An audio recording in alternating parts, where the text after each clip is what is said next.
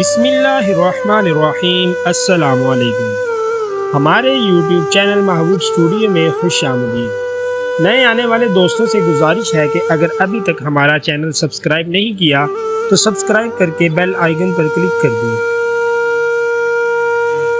ہماری آج کی کہانی ہے جعلی بیوی۔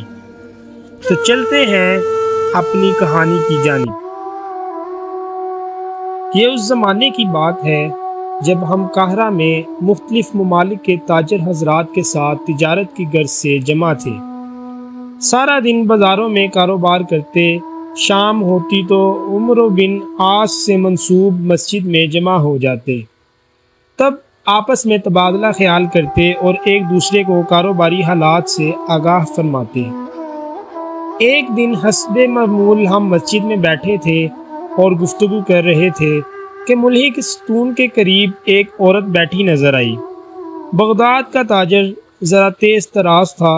وہ اس عورت کے پاس گیا اور کہنے لگا کہ اے اللہ کی بندی، تم یہاں کیوں بیٹھی ہو؟ کوئی مسئلہ ہو تو بتاؤ، شاید ہم لوگ تمہاری مدد کر سکیں۔ وہ کہنے لگی، بات یہ ہے کہ پچھلے 10 برس سے میرا شوہر غائب ہے۔ اسے بہت تلاش کیا مگر اس کا کچھ اتا پتہ معلوم نہیں ہو سکا۔ اب میری زندگی تنہا گزر رہی ہے۔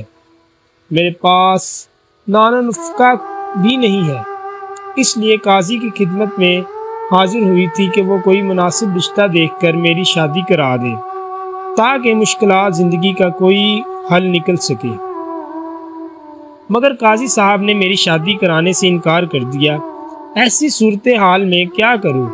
اب ایک ایسے آدمی کی تلاش میں ہوں جو قاضی کے پاس چل کر خود شہادت دے اور اپنے ساتھیوں سے بھی شہادت دلوائے کہ میرا شوہر انتقال کر گیا ہے یا مجھے طلاق دے چکا ہے، تاکہ میں کسی طرح شادی کر سکوں، یا کم از کم وہ قاضی کے پاس چل کر یہ کہہ دے کہ یہ میری بیوی ہے اور میں اسے طلاق دیتا ہوں، تاکہ عدت گزرنے کے بعد میں دوسری شادی کر لوں۔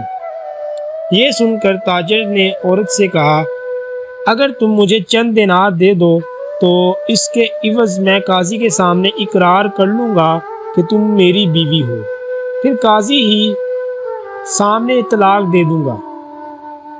عورت نے روتے روتے چند سکے نکالے جو 1 دینار سے بھی کم تھے اور کہنے لگی، اللہ کی قسم میرے پاس ان سکوں کے سوا کچھ بھی نہیں۔ تاجر نے عورت سے وہ سکے لے لیے۔ اگلے دن وہ عورت کے ساتھ قاضی کی خدمت میں حاضر ہو گیا۔ دیگر تجار دن بھر اپنے اس بغدادی ساتھی کا انتظار کرتے رہے مگر وہ نہیں آیا۔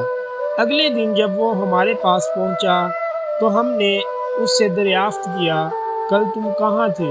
ہم تمہارا انتظار کرتے رہے، ہمیں بتاؤ کیا واقعہ پیش آیا؟ وہ کہنے لگا، چھوڑو جی، آپ کو میری کل کی غیر حاضری سے کیا لینا دینا؟ میرے ساتھ جو بیتی وہ میں بتلانا پسند نہیں کروں گا کیونکہ اس میں میری سبقی ہے۔ ہم لوگوں نے اس سے مجبور کیا اور کہا، نہیں، ہمیں حقیقت حال سے آگاہ کرو، شاید اس میں ہمارے لیے کوئی سبق پوشیدہ ہو۔ پہلے تو اس نے انکار کیا، پھر ہمارے بضد دیکھ کر آخرکار وہ راضی ہو گیا۔ بولا، میں اس عورت کے ساتھ قاضی کی خدمت میں حاضر ہوا۔ عورت نے قاضی کے سامنے بیان دیا کہ یہ اس کا شوہر ہے جو 10 سال سے غائب تھا۔ اب وہ شوہر سے طلاق چاہتی ہے، اس لیے قاضی صاحب ان کے درمیان جدائی کرا دیں۔ قاضی صاحب کے دریافت کرنے پر میں نے ان باتوں کی تصدیق کر دی۔ چونکہ اب گواہوں کی بھی ضرورت نہ تھی، لہٰذا قاضی عورت سے مخاطب ہوا، کیا تم اپنے شوہر کو اپنے تمام حقوق سے بری کرتی ہو؟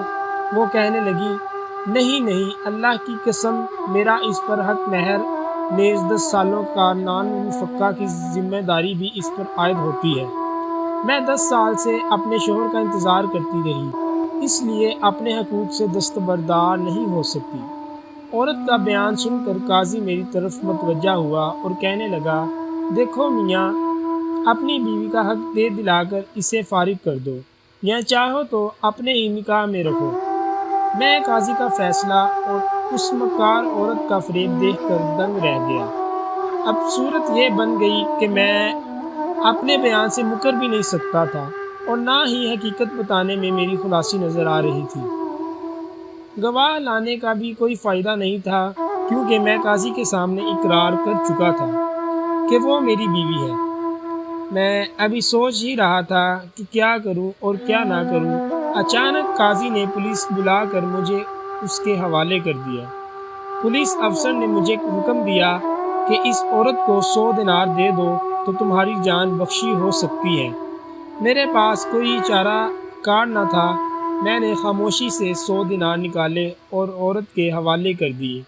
یوں مجھے چند ٹکوں کے عوض 100 دینار کا نقصان بھگتنا پڑا۔ نیز بھری عدالت میں میری جو ذلت و رسوائی اور صدقی ہوئی وہ اس کے علاوہ ہے۔ یہ کہانی سن کر ہنستے ہنستے ہمارا برا حال ہو گیا۔ بیچارہ بغداد والا ساتھی مارے شرم و ندامت کے جلد ہی گھر لوٹ گیا۔